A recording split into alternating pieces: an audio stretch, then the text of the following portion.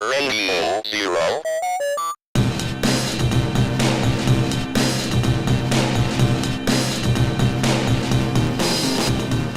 It's Radio Zero with Rick and Rose. Hey, Carla.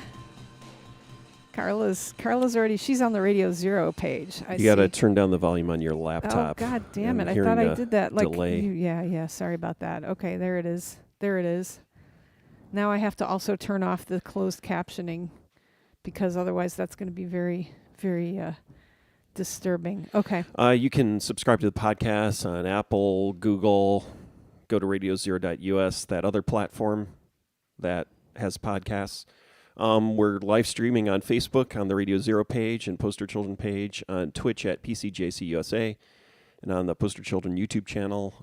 You can patronize us at patreon.com/Radio Zero. Thank you for everyone who is currently patronizing us. And what do we do with that money, Rick? I asked you last time too. I ask you every time. Yeah, we pay for the it the goes live right stream. back into the into the podcast. That's right. We're not. It is actually helping us offset the cost of the podcast. It's great. The hosting, I had to get a larger hosting plan because we have so many episodes in terms of storage, and then also the live stream software. And let's just say, for you are listening to the longest running, most historic podcast, because there's no way that maybe there were podcasts we started this in 1998, the end of 1998. So the word podcasting came about in 2005, I believe. There were the other podcasts that were available in 1999, and I did some research on this. Were computer, technology, how to fix your computer podcasts, I believe. And ours was, just us talking like schmucks. Yeah, exactly. Ours was.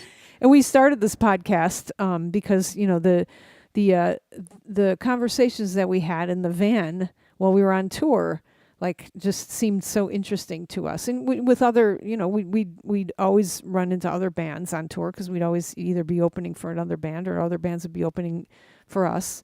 And we just had these wonderful conversations all the time. It wasn't like, dude, where are we going to get our crack from? It was, what books have you read? Because on tour, you spend all day sitting in a van, and it was before phones, so we read lots of books, we stopped at lots of museums and stuff, so everybody had really interesting things to say and talked about their...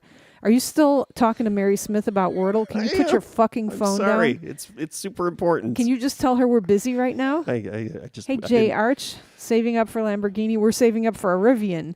And Terrence, hello from Cincinnati.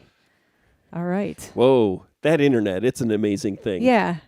I was riffing. I don't even remember what I was talking about. Oh, the good days of being on tour. It's just because I was talking to Ian Mackay yesterday and the day before about stuff. So I was remembering, you guys, you always had some really great conversations with him. Are those shoes leather? Those types of things. Not like that, but I remember you guys talking about books and stuff. Yeah.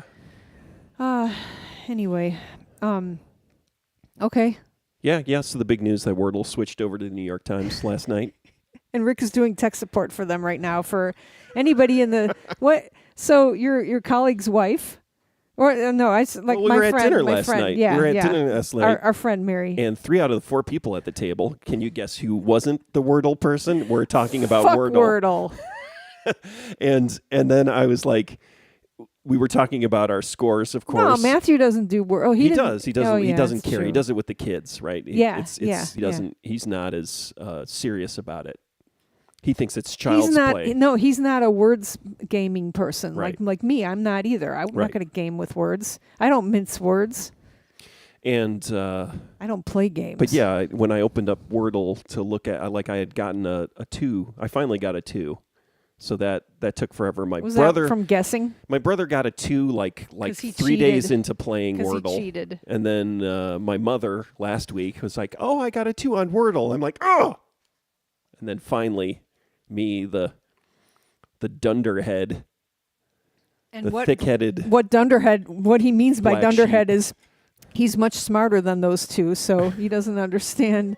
Why he's very? He's like, yeah. Oh no, I'm not. No, I'm just angry. I'm just angry that. Do you think you're smarter than your mom? No, I don't think I'm smarter than my mom. Would you tell us if you did?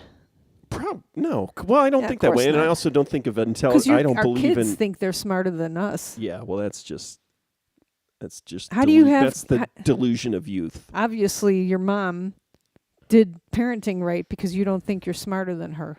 My mom, graduated high school a year or two early, and So why do you want to beat her in Wordle? I don't want to beat her. There's no way to beat All right, somebody go in on. Wordle. It's Go not on. a competition. It's not a competition. It's just I feel inadequate when everyone I know gets 2s and I don't.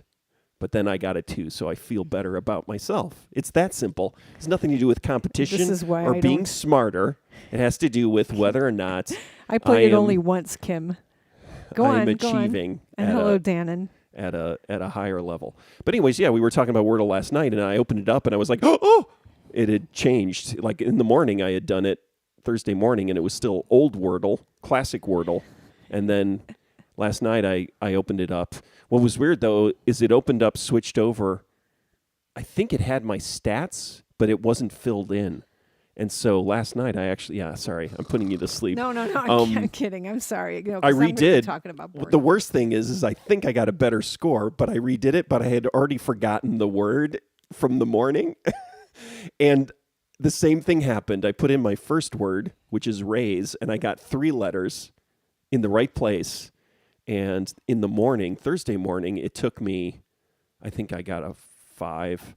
And then this time, and then I did it a second time when it switched over to the New York Times just to make sure I didn't lose my streak. Right. That was the thing, is that you guys were freaked out that you were going to lose your streak. Yeah, and some people did. The cookie didn't sort of.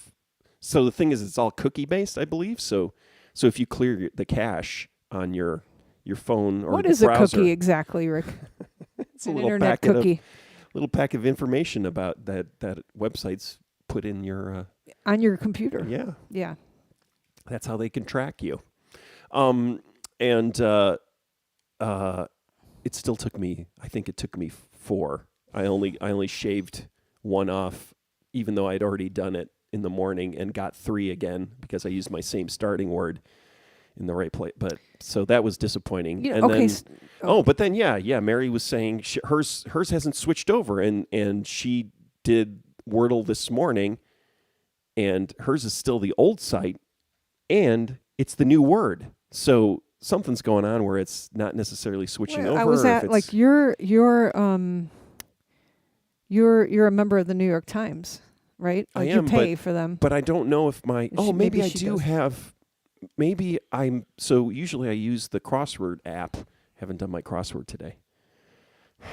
Oh, that's not good. What's good your at streak all. on the crossword? 400 and something. You better get to, and it's Friday too, right? It's a hard one, isn't it? And that's what happens. Larry's Is late, but it's okay, Larry. We're just talking about Wordle. you haven't missed anything And important. J. Arch says big journalism snatching up games. Dannon Exactly. hasn't tried Wordle. That's even better than me, Dannon. I did it once. Dannon hasn't tried Succumb Wordle. to the peer pressure, the Wordle. Let me ask you this: so Yeah. your starting word is raise, and Right. and probably 75% of all people who do Wordle, which is probably what 30 million now, billion, use raise also. Do you feel like doesn't that feel weird to you? Do you use a different words? Do you think about using a different word because, other people use this word It's been working out for me. Raise has been working out really well. but you're a 4 person. I thought. That's true. I guess I should choose a different Yeah. word, starting word. I don't think that's. Yeah. I don't think the problem. I think maybe I'd be worse off if I had a different starting word. I think maybe raise is about as good as I can expect in a 4. Yeah. Okay. What else was I gonna say?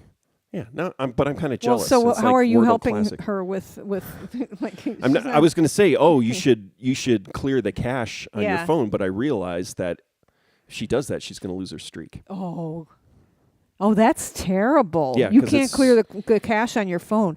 That's interesting. That I'll have to know that because I have kids like making phone apps, around week 12 or week 13 of my computer programming for Yeah. creatives class, and we always clear our cache.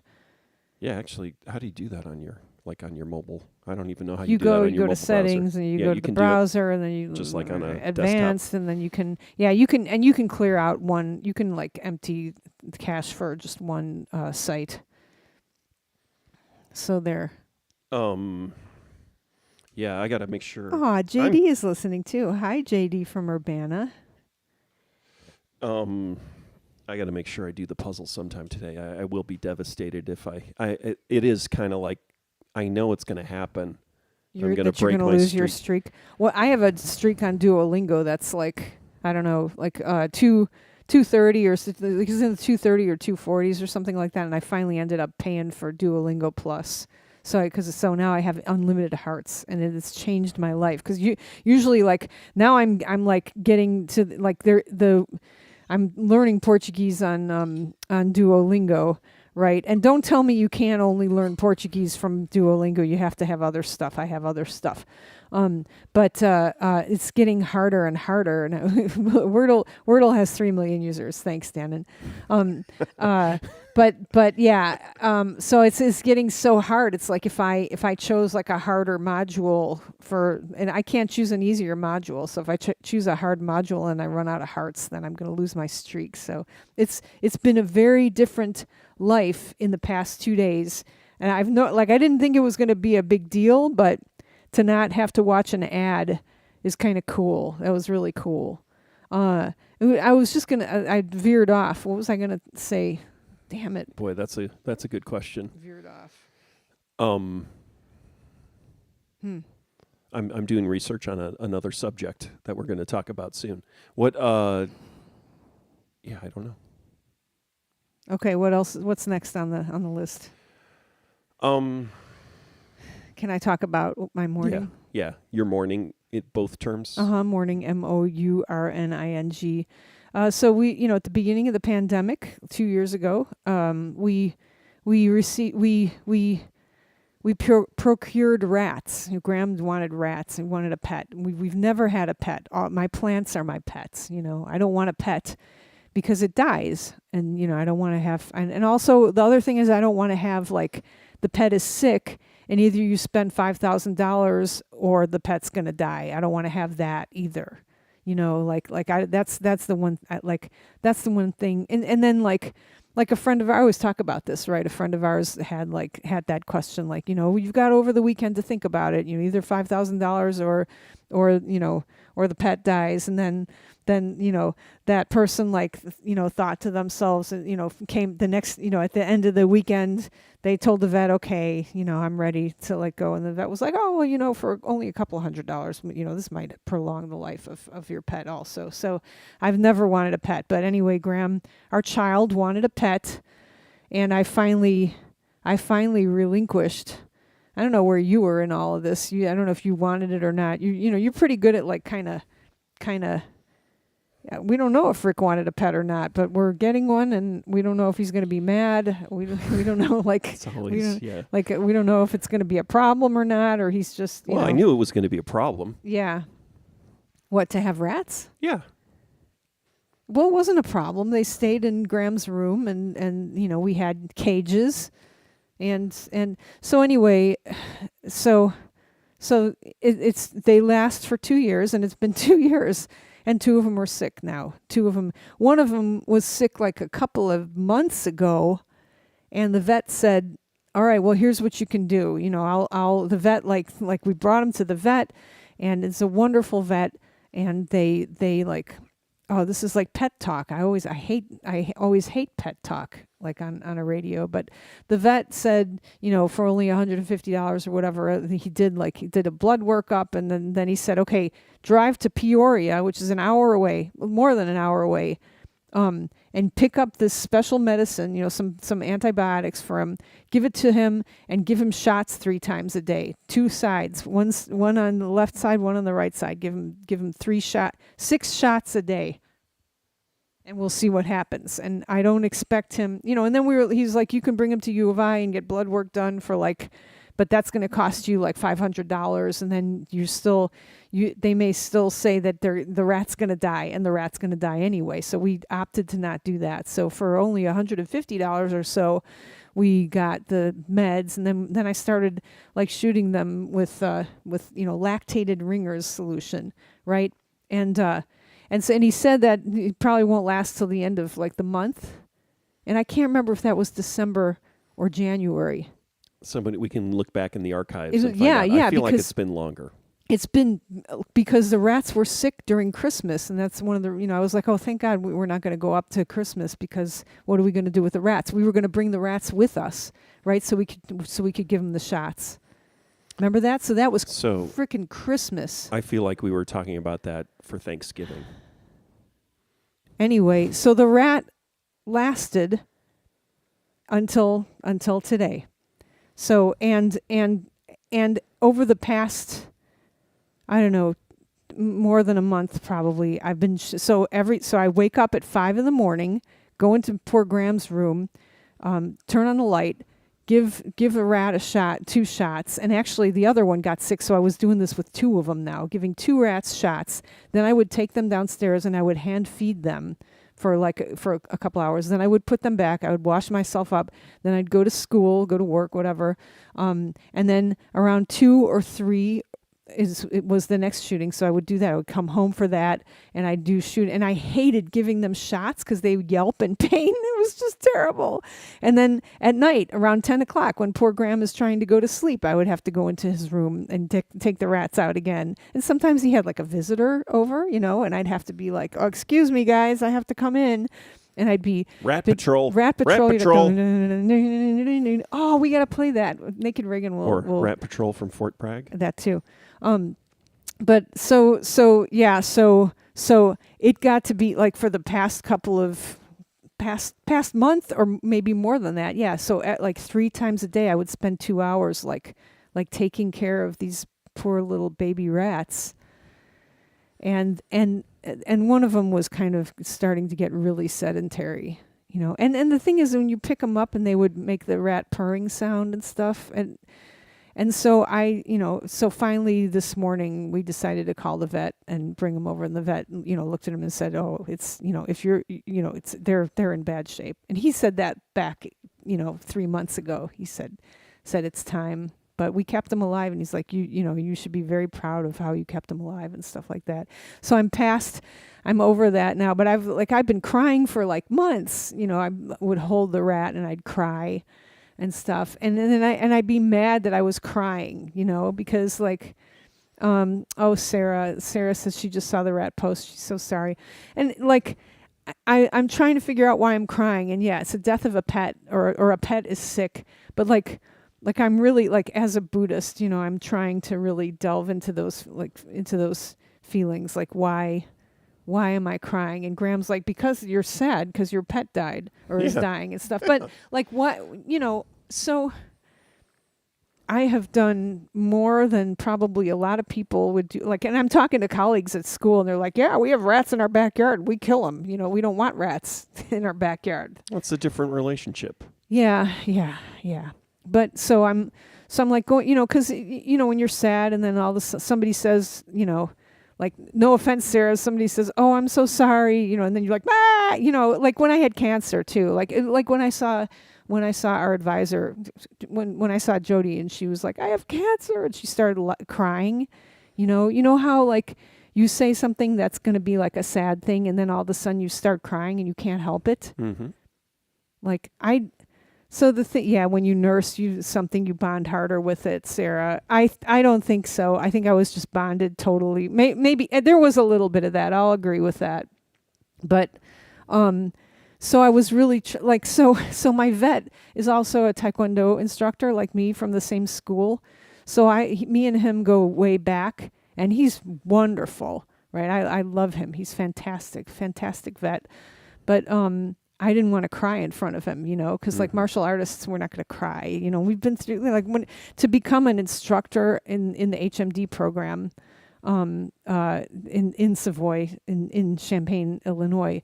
You have to study philosophy and stuff like that. So we've studied Buddhist philosophy and Taoist and Confucianism, and we studied all that. So I really, and there's no crying in Taekwondo.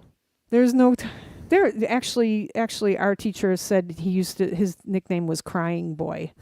So, I know, you can cry, and there are certain martial arts that you can't cry in because it makes the teacher feel very bad. But that one you could. But I didn't want to cry in front of, because when you cry, you make people feel bad too. Then they feel bad, right?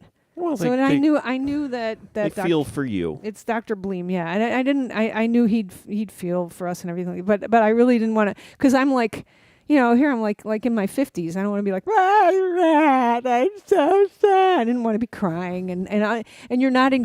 You know what it was is you're out of control when you cry. Yeah. And martial artists are in control. So that may have been what it was. Well, that was somebody said about the Dalai Lama is like they hadn't met anyone so emotional. They said, who's around him every day, and it's like he'll start crying, right?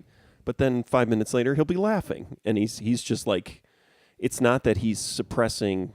I mean, I think that's that misconception of mindfulness is that you are controlling your emotions and never going from one extreme to the other, but that's not true. It's you're kind of flowing through those emotions and accepting them and sort of riding the wave of emotion rather than trying to fight the waves, right? Which is an you're impossible totally right task. about that. Yeah. So wow. So that was totally wrong. Well, anyway, I'll just continue with my spiel here. You're right. You're totally right about that. That's what helps me with mindfulness is like realizing, it's not about disengaging yourself and being even more in control and neutral. It's about, that helped me, where it's like, I don't want to become a completely disconnected, patsy or whatever, marshmallow who just accepts whatever happens. If somebody, shits on my head, I don't get angry. And if I shit on someone else's head, I'm not embarrassed. I don't think that's what being mindful, or, it's more like, no, yeah, it makes sense to be angry, but it's accept that you're going to be angry and accept that it happens, but then don't let it dominate your life, or don't push it down. Let it pass. So it turns into a nice little hard diamond where your heart used to be, right? Oh, that's like, nice too. Yeah. It's like, just don't do that kind of stuff. Yeah, you've been practicing mindfulness for a while, and what's interesting to me is, you don't have a mindfulness mentor kind of like I had, like I was part of the Sangha in Urbana, so like I actually had somebody who like taught me all this stuff. But you're learning. I went to classes and went to drop-in meditation when I'm able to, and those are they have a leader for that, and then also just there's always a conversation afterwards where people talk about what worked, what didn't with them, and so it's I think there's, if you're in the right community. Yeah. Or in the right support network, there's guidance for that. Jay Arch says, "I'm so sorry. My condolences. Rats are amazing animals, and y'all have big hearts. They are amazing animals." And Larry says Jackie Chan cried in one of his Drunken Master movies, but he thinks it was because he was drunk. Well, he was being yelled at by his dad too, and like he was shamed. Which brings me to my next point. And Cody B says, "A hard diamond where your heart used to be" is a new song title.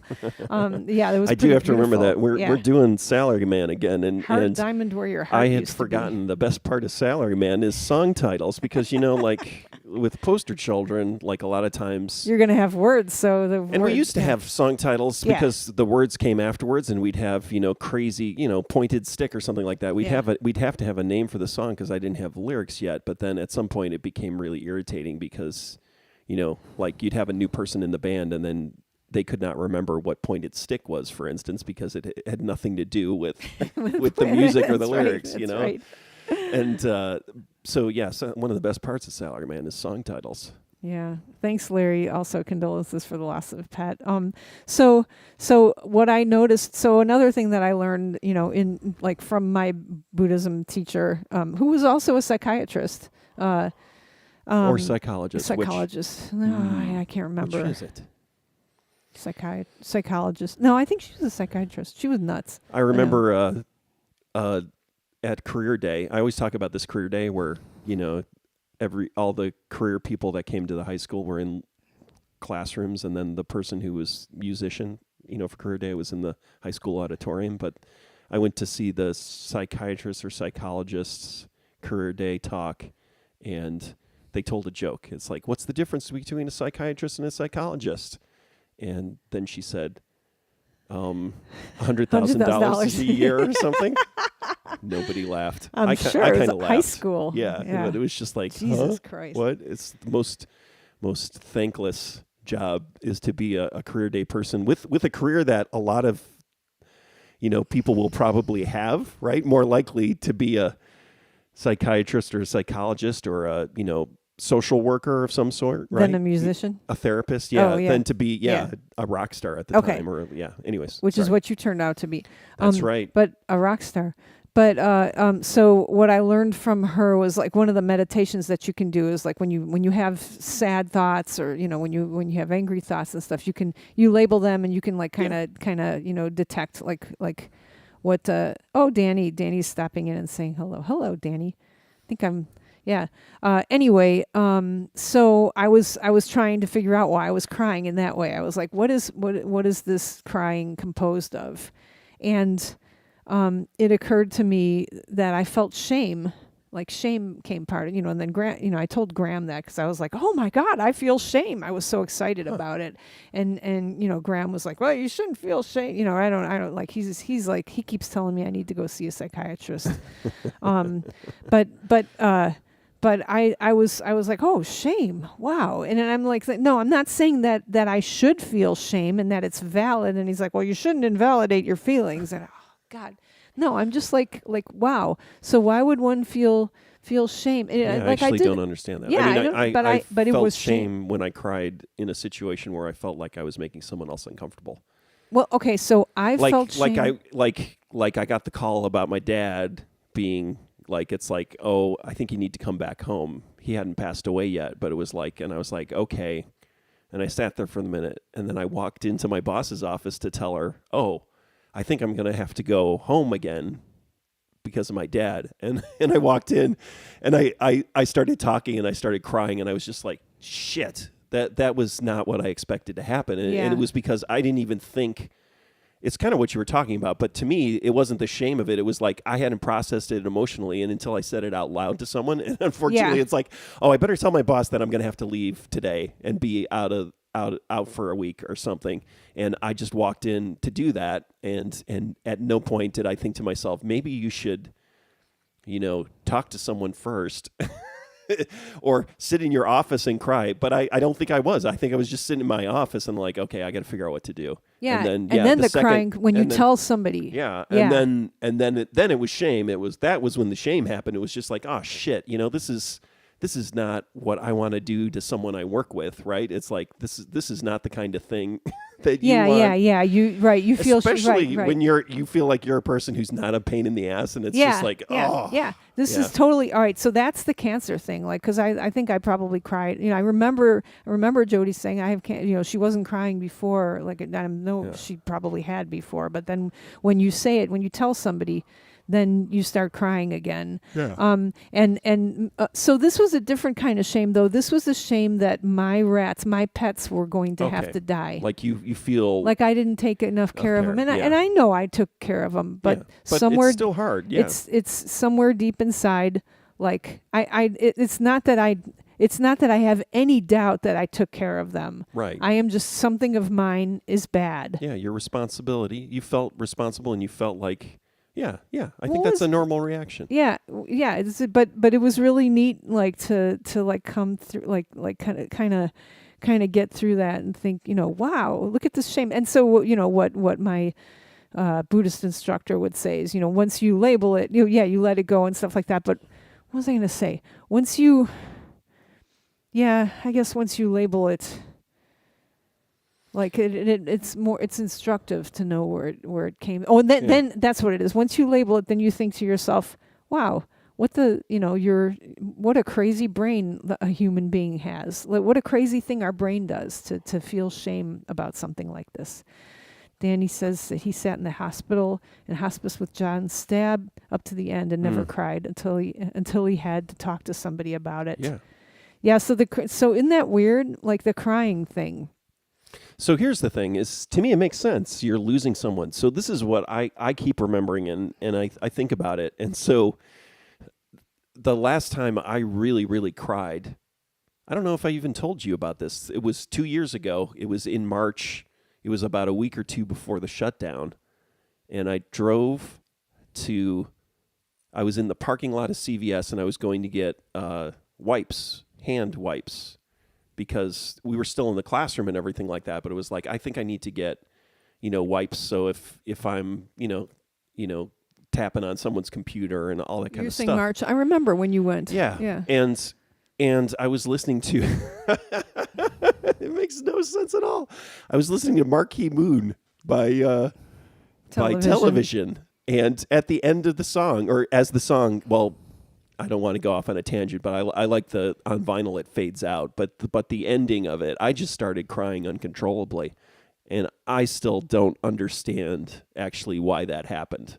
It was like, how did this song, it's an important song to me, and it's an emotion. I guess it somehow is a conduit for emotion for me in some way, but it was just like, wow, why am I weeping uncontrollably in my car listening to the end of Marquee Moon? But it happened. And so to me, at least, that's like the power of music, right? It's like, I have no idea. I didn't think I was stressed out about the oncoming, pandemic. And yeah, because I had just finished that show, I guess, and I had been terribly sick also. I was gone. Was I gone during this time? Yeah, you may have been I gone. must have You been may have been gone. out of town. Yeah, so maybe it was just stress. I don't know. But yeah, that's the thing, is where you can identify it, where that to me that was a little scary. It was just like, wow, I don't even understand why I'm having this emotional response right now.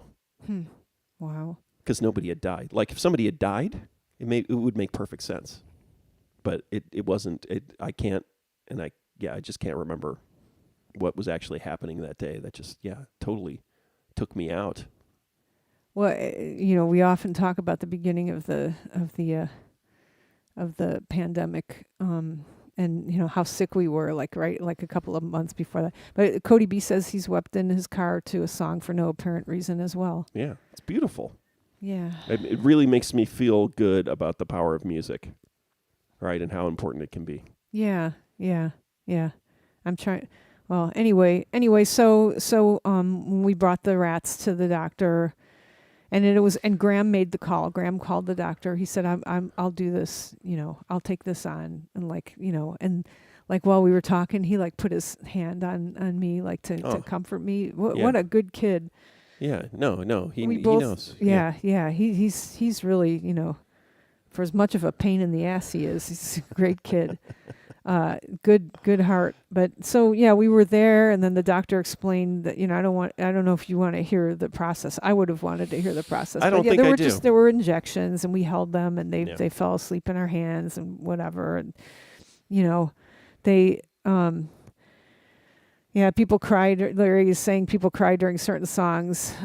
Some woman was listening to Comfortably Numb, and she just burst out in tears. I don't like listening to that song. That would make me cry. I hate that song.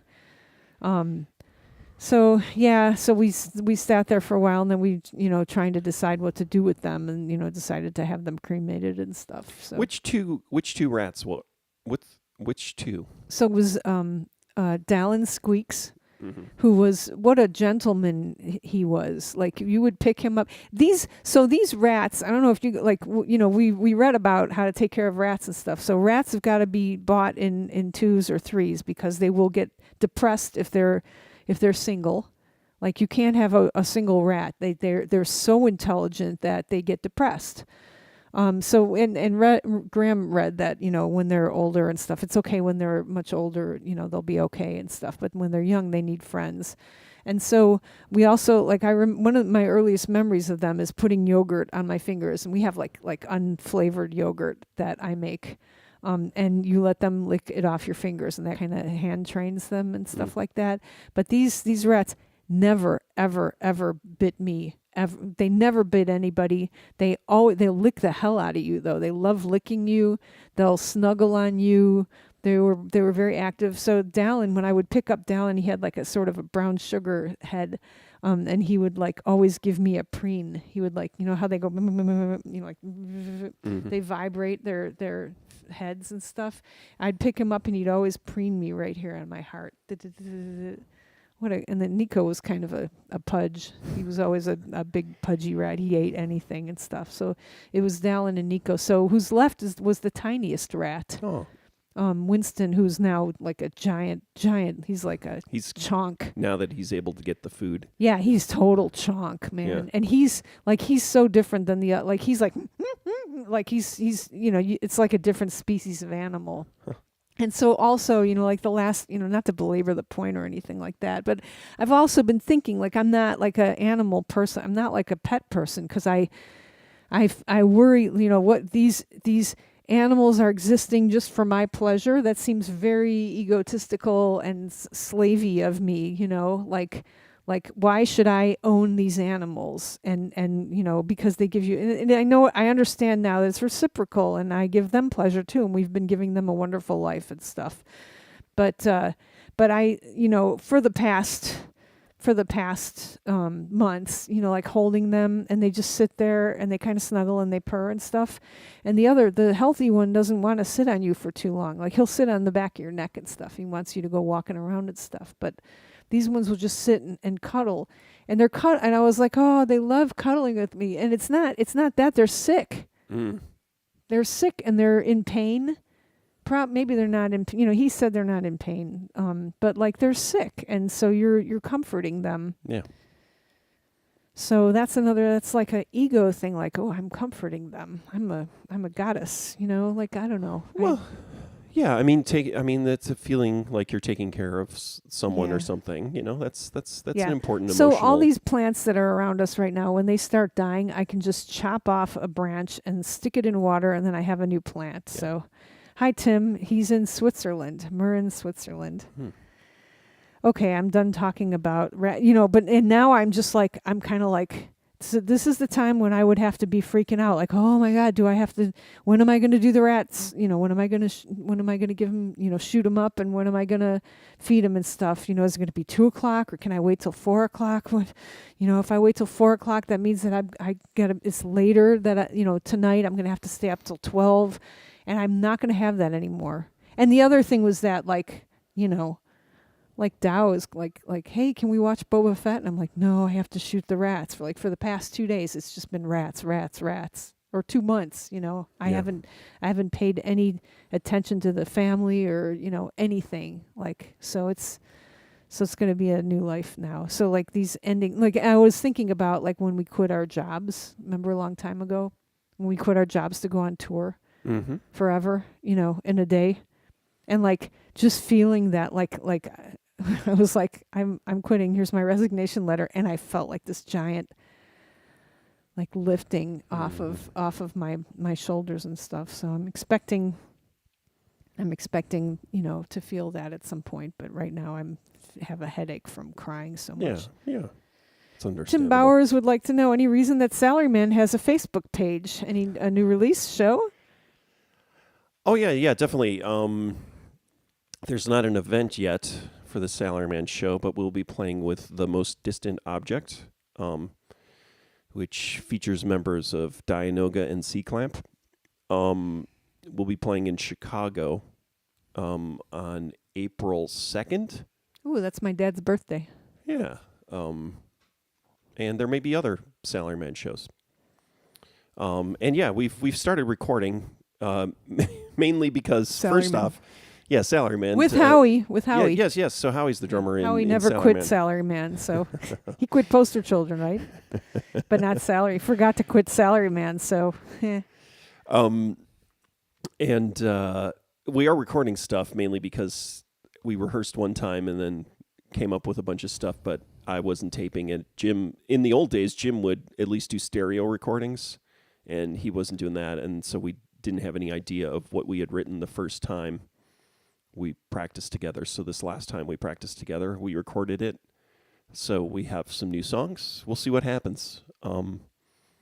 Yeah. Dannon says the season of the season of I just got a capoeira emergency. Dannon says the season finale of Boba Fett was quite eventful, and we haven't watched it yet, so don't spoil it for me. But the one before that, like Dow and I were screaming, and I was talking to a student too. I was like, yeah, people are complaining about it pandering. I need to be pandered to. I've the pandemic, all this shit, pander to me. What's his name? John Favreau. Is that no? Yep. That's yeah. Pander to me, John. I'm fine with it. So we were, and Dow was like, oh, they're not gonna. All right, spoiler alert. Oh, they're not gonna show Grogu. They're not gonna show Grogu. I'm like, they are totally gonna show Grogu. We're gonna see Grogu, and then we saw more than Grogu. And that's when I was screaming, ah! I was so happy. So I can't.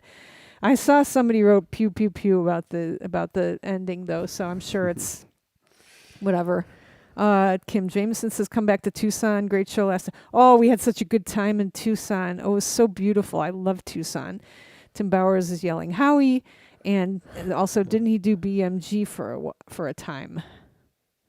I'm not sure what that means. No, Matt worked at BMG. Yeah, Matt. Yeah. So it seems like Dan, and I'm not going to say anything else. What do you mean? Did I say? Oh, okay. Oh, he's not going to say anything else about Boba Fett. Okay, good. Yeah. Thank you.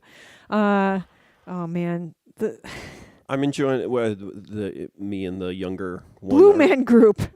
Oh, BMG. Okay. Blue Man Group. Yeah. Howie's involved with Blue Man Group. Yeah. You're enjoying. When I hear BMG, because BMG Bertelsmann now administers our publishing. So there's a company called Bug that was an independent music administration company, so you didn't have to sell your publishing, but then at some point they got bought by BMG. So whenever I hear BMG, I hear music. I don't hear Blue Man Group. Yeah. Anyway, all right. What were you going to say? After Party. I'm really enjoying After Party. What is that? That's got Sam Richardson, who's I think an actor of our generation. I'm really he played what's his name, Splat. What was his name in Veep? He had a great name. Oh, Richard Splat. Is this the horror movie thing or? Well, no, you saw the episode. It's the guy. You saw the episode that was the horror movie episode. So the thing is, each episode is shot in the style of a certain genre of film, and it's got a Rashomon, like they're everyone who's a suspect or witness of this murder has their own episode, and each episode is like in a romantic comedy format or an action film format, depending on the character. And so you saw the most odd, I think, and least funny in a way, where it was. Yeah, because I hear you guys like laughing. I hear you laughing. There's nothing better than hearing your husband in another room of the house laughing his ass off. It's so cool. But also we were laughing at Murderville, which I'm realizing, well, I'm the only one laughing at it. So it's Will Arnett, and it's based off of a British show where it's basically improvised. It's an improvised murder mystery where Will Arnett plays this police detective, and then special guest stars come in, and they have to solve a crime, but the guest star doesn't have a script, so basically all of the actors are screwing with them. I'm not sure if Will Arnett knows either. I think he might know the script. And so these actors just get thrown into this. And to me, it's really funny because they're obviously, sometimes they break up, they can't handle it. It's similar to what I loved about Cable Guy, which is the idea of, what's his name? Jim Carrey's character being in the real world, as opposed to, like Jim Carrey, God bless him, but I never found him funny as a comedian. But then when you took that insane character and put it into reality, which is what Cable, and everyone hated at the time, Cable Guy, it was like that. I love that, where it's like, oh, what happens when this demented comic character is actually, you start treating them as a real person. And so I feel like there's some of that dynamic, and then just seeing actors kind of, and comedians reacting and improvising and trying to navigate the reality and unreality of the scenes, I really like. But I could also see other people watching this and going, this is the worst show I've ever seen in my life. And then again, like all this time you guys are watching, TV, this is my rat shooting time. So it's like either I could watch with you or do like shoot up the rats and excuse me, COVID, and feed them and stuff. And so I couldn't, I haven't been able to enjoy anything at night. So Yeah. that's cool. So while you guys are having fun, I am going through hell. I'm going through hell. Yeah. So, okay. So somebody's like, we're having a capoeira club meeting at 3:30 and somebody's coming who's just getting over COVID. Mm. Does that mean that like this will be my closest encounter with somebody who is just getting over COVID? Does that mean that I might get it? You believe that? You believe that this is going to be your closest Yeah, encounter? well, no, that I know of. That you know of. Yeah, Yeah. come on. No, I would say, Don't worry about it. well, maybe worry about it the same way, or you should worry about it equally in all environments, because I think it's really Yeah. impossible. This is, yeah. I think- Murderville, more like Mehville, Stephen Yeah, Williams exactly. says. Right, He's only see? half watched 2 episodes. Yeah, I could see how other people would absolutely be bored by it. I don't know. I'm just tickled by the strangeness of it and the interaction of the characters, the actors, right? Maybe you should go into acting. Nerdle is Wordle, but for math. Yeah. Yeah, there you go, Rose. Eh, Yeah, you I won't like could be that doing either. Sudokus and Right, stuff. exactly. I You just don't like games. I don't Yeah. like games. I the time that I did the Wordle, my heart, I was like having heart palpitations. I was like, dun, dun, dun, dun, dun. It was terrible. All right, what else we got to talk about? I did have a crisis, thinking about this Jeff Bezos yacht thing. Oh yeah, And it's you hard for me nearly to had a breakdown, right? I Define, remember. yeah, for me to define. When I start talking about it, it just sounds like I'm complaining about what everyone's complaining about. But for me, the idea of him having a nearly $500 million yacht and then having to dismantle a bridge in order to get it out, and then just the idea that, first off, if I was a human, and I am a human being, and I guess if Jeff Bezos was a human being, I think this is what really upset me, is I can't understand how someone who is a human being could not see the obscenity of that, of having a $500 million boat, and then on top of it, not realizing that if you have to dismantle a bridge to get that boat out of its dock and into the open sea, that people would react to that and think, wow, I think that's too much. Right? Why And are not people realize- reacting to that though? Well- They're going to dismantle it and then they're going to mantle it back up, right? I'm just Yeah. doing the devil's advocate thing. No. And so that's true, just the abstract idea of it. Yeah, what's the problem? It's like, we've got railroad tracks, and then the gate goes up and the gate closes when the train goes by, right? It's just that with I mean, is he paying for it? a He's million paying for the zeros on the end. Yeah. Yeah, and he's paying for it. I guess, so what it is a representation about how obscene his wealth is, and then also the idea that for a $500 million, you could probably feed a large number of people. Or, for maybe $250 million, you could raise everyone's wage at a warehouse, right? Yeah. At every warehouse that your company runs, right? And so I think it's just a distilling of everything that's wrong with our economic system and our systems of rewards. Or So, back to the rats. mhm. Jeff Bezos, to him, his workers are pets. And that's Okay, and he's taking care of them, but he's only gonna give them shots for 6 times a day, and he's only gonna feed them for the amount of time, for the 2 hours, because he's got to do his other stuff all the rest of the time. Well, that's what the problem I have with it is, because that means that he's an inhuman monster, right? And so I'm very uncomfortable with that idea. And then I'm like, well, is he an inhuman monster? He's just isolated and protected and living in a world where it doesn't matter, right? It doesn't matter. He's sort of won a game where if you get enough tokens, you can do whatever you want. And it really doesn't matter what people think of you. Tim is saying that he's feeding people very well, those that build his boat and provide the furnishings and everything inside. That's right. He's a job creator. Yeah. And the problem with that is that, yeah, I This think is for- I think they've established that these so-called job creators, these billionaires, I mean, the reality is if you actually distribute that wealth to instead of having one person with billions of dollars, you have a billion people with $500 each, let's say, right? That the economy. And there are more jobs because those people are spending more. There's only there's only so much a billionaire can spend on food, even spend on a boat, right? So one boat, it's still only one boat. Whereas if you had a billion people with an extra, $100, they would spend it in all different ways that would, support all different parts of the global economy and economies. Whereas all of Jeff Bezos is supporting is, yes, elite ship manufacturing, the maybe 100 people who have to build this gigantic ship in Rotterdam or wherever it's being built.